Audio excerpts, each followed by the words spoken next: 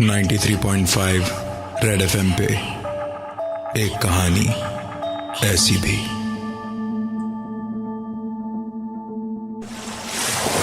मुंबई, वो शहर जहां लोग आंखों में सपने बसाए आते हैं। दिन की रोशनी और रात की चकाचौंध हमेशा ना इस शहर को जिंदा रखती है। पर इस रोशनी और चकाचौंध के पीछे छिपे हैं कई राज, जिनको किसी ने जानने की कोशिश नहीं की, क्योंकि जिंदगी यहां चलती नहीं, दौड़ती है। शायद यही कारण था कि उन लोगों ने उनकी जिंदगी में हो रही अजीबो गरीब घटनाओं के पीछे का राज जानने की बहुत दिनों तक कोशिश ही नहीं की। आज की यह कहानी प्रकाश, उसकी गर्लफ्रेंड नंदिनी और भास्कर के साथ हुई घटनाओं पर आधारित है। ये तीनों एक साथ बोरीवली के 2 BHK फ्लैट में रहते थे, जहां शिफ्ट हुए उन्हें सिर्फ 3 महीने ही हुए थे। ये तीनों एक साथ एक ही कॉल सेंटर में काम भी करते थे। जिंदगी का हर लम्हा एक साथ बिताते। इन तीनों की लाइफ परफेक्ट थी, सिवाय एक अजीब चीज के। हर दिन सुबह जब 3 बजे ये अपनी कॉल सेंटर की ड्यूटी के लिए उठते, तो घर के बाथरूम, किचन या डाइनिंग हॉल की लाइट को ऑन पाते। एक दूसरे से सवाल जवाब करने पर एक ही नतीजा निकलता, और वो ये कि उन तीनों में से किसी ने भी रात को बाथरूम, किचन या डाइनिंग हॉल की लाइट नहीं जलाई थी। इस अजीब घटना की शुरुआत आज से 3 महीने पहले हुई थी, जब उन्होंने इस घर को अपना घर बनाया था। इन तीनों ने इस बात को किसी के साथ भी डिस्कस नहीं किया, क्योंकि उन्हें हमेशा यह डर सताता था कि शायद उनके दोस्त उनका मजाक उड़ाना शुरू कर दे। इस कहानी की अभी तक की बातें मुझे बहुत नॉर्मल लगी, क्योंकि मैंने खुद ने अपने घर में टीवी को 3-4 बार खुद ब खुद स्टार्ट होते देखा है। शायद कोई टेक्निकल प्रॉब्लम हो, लेकिन अगर हम प्रकाश, नंदिनी और भास्कर की कहानी की बात करें तो घटनाएं सिर्फ लाइट के ऑन रहने तक सीमित नहीं रही, क्योंकि धीरे धीरे एक के बाद एक अजीबो गरीब घटनाओं ने उनके दिमाग में कई सवाल खड़े कर दिए। 93.5 रेड एफएम पे एक कहानी ऐसी भी, प्रवीण के साथ। मुंबई के बोरीवली इलाके में 2 BHK का फ्लैट, जिसमें प्रकाश, उसकी गर्लफ्रेंड नंदिनी और भास्कर 3 महीने से रह रहे थे। हर सुबह 3 बजे जब वो कॉल सेंटर की ड्यूटी के लिए उठते, तो बाथरूम, किचन या डाइनिंग हॉल की लाइट्स स्विच ऑन पाते। इस घटना का जवाब उन तीनों में से किसी के पास नहीं था।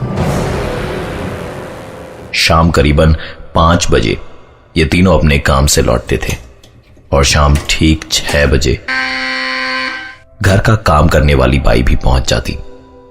कभी कभार इस बाई के साथ उसका बच्चा भी आता, जो पूरे घर में खेलता रहता और उनके सामानों से छेड़छाड़ करता रहता। मुंबई शहर में बाई मिलना बहुत मुश्किल है, और इसलिए शायद वो बाई के इस बच्चे के सारे नखरों से परेशान होते हुए भी अपनी तरफ से कोई आपत्ति नहीं जताते थे। एक दिन तो हद ही हो गई। प्रकाश और नंदिनी जब घर लौटे तो पाया कि बाई का बेटा उनके घर के ड्राइंग रूम में खेल रहा है। उन्हें लगा शायद बाई उस दिन जल्दी काम पर आ गई, लेकिन आश्चर्य की बात तो यह थी कि बाई उन्हें सारे घर में कहीं भी नजर नहीं आई।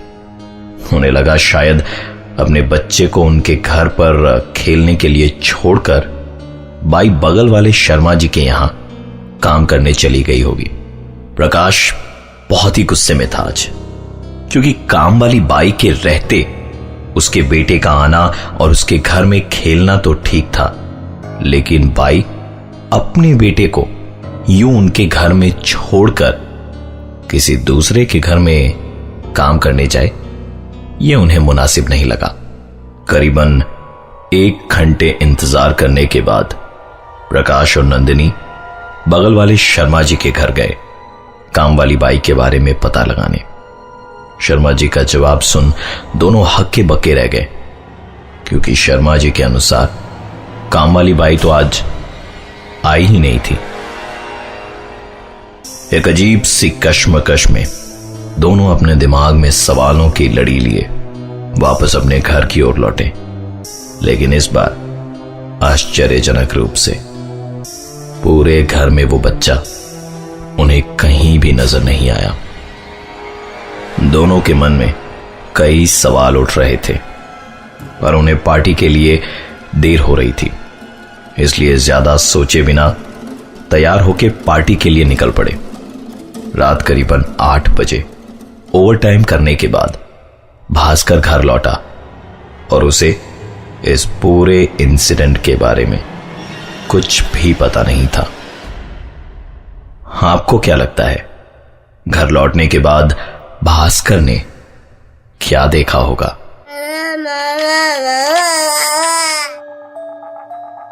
93.5 रेड एफएम पे एक कहानी ऐसी भी प्रवीण के साथ।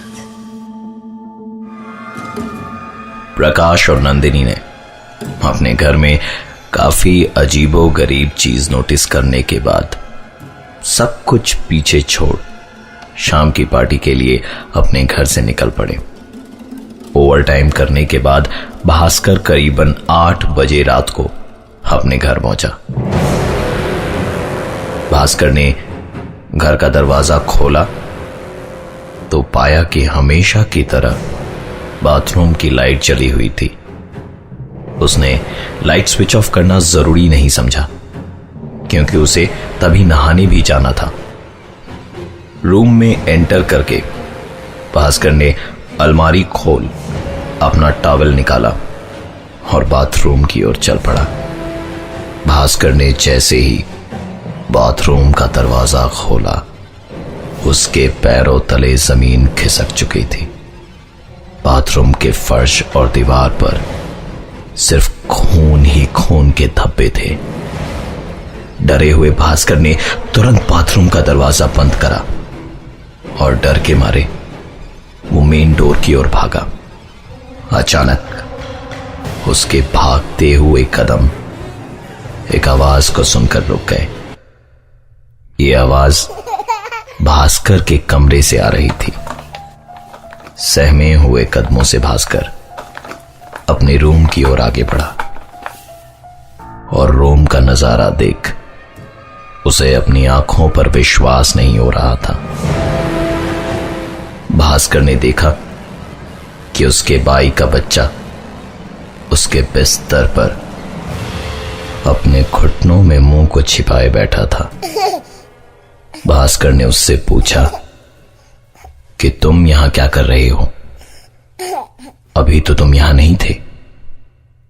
यह सवाल सुन उस बच्चे ने धीरे से अपने घुटनों से मुंह को उठाया।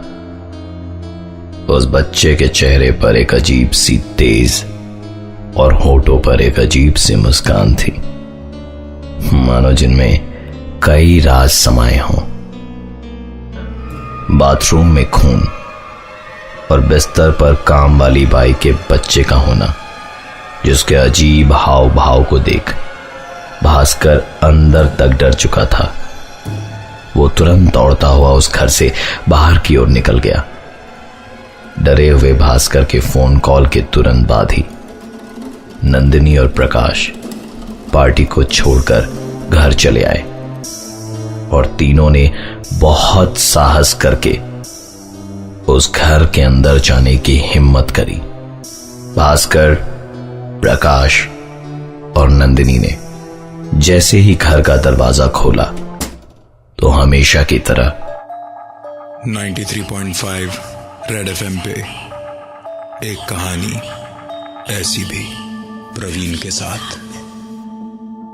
किसी घर में लाइट का अपने आप ऑन होना शायद इलेक्ट्रिकल फॉल्ट के कारण हो, लेकिन बाथरूम में चारों तरफ खून के छींटे और बहुत ही अजीब सी परिस्थिति में काम वाली बाई के बच्चे का उनके घर में मौजूद होना और दूसरे ही पल उसका गायब हो जाना प्रकाश, नंदिनी और भास्कर के दिमाग में सवालों का तूफान खड़ा कर रहा था। भास्कर प्रकाश और नंदिनी को साथ लेकर जब उन्हें बाथरूम में खून के छींटे दिखाने ले गया तो आश्चर्यजनक रूप से वहां पर कुछ भी नहीं था। रात करीबन 10:30 बजे थे। तीनों इसी सोच में डूबे थे कि क्या आज की रात इस घर में रहना उनके लिए ठीक होगा। इस बीच प्रकाश ने मकान मालिक को फोन लगाया और उसके दोस्त भास्कर के साथ बीती सारी घटनाएं बताई। मकान के मालिक ने सारी बात सुनने के बाद उन्हें बताया कि आज से 10 साल पहले इस मकान में एक परिवार रहता था। कर्ज के बोझ में दबे होने के कारण इस परिवार के कर्ता ने पहले अपनी बीवी और अपने बेटे की बेदर्दी से हत्या करी और फिर खुद फांसी लगाकर आत्महत्या कर ली। ये सब जानने के बाद वहां रहना तो दूर, उस घर में एक एक पल गुजारना भी प्रकाश, नंदिनी और भास्कर के लिए बहुत भारी पड़ रहा था। बाथरूम में खून देखने की घटना को शायद मन घड़त मानने के बावजूद भी हम उसे आज से 10 साल पहले घटी घटना से जोड़ सकते हैं, लेकिन काम वाली बाई के बेटे का विवादास्पद रूप से उनके घर में मौजूद होना और अचानक से गायब हो जाना, इसका कारण किसी को भी मालूम नहीं था। जैसे तैसे आज की रात प्रकाश, नंदिनी और भास्कर ने उस घर में गुजारी और सुबह होने का इंतजार करने लगे, क्योंकि उन्होंने फैसला ले लिया था कि सुबह होते के साथ ही वो इस घर को छोड़ कहीं और शिफ्ट हो जाएंगे। अगले दिन जब काम वाली बाई उनके घर आई तो प्रकाश, नंदिनी और भास्कर तीनों उस पर टूट पड़े। एक के बाद एक सवालों की बौछार करने लगे, उसके बेटे की अजीबोगरीब हरकतों पर और विवादास्पद स्थिति में उसके बेटे की मौजूदगी पर।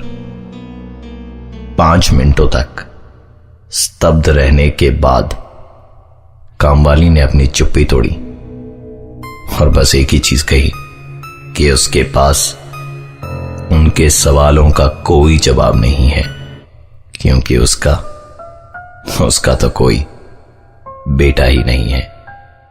मैं हूं प्रवीण और ये थी आज की एक कहानी ऐसी भी। 93.5 रेड एफएम पे एक कहानी ऐसी भी प्रवीण के साथ।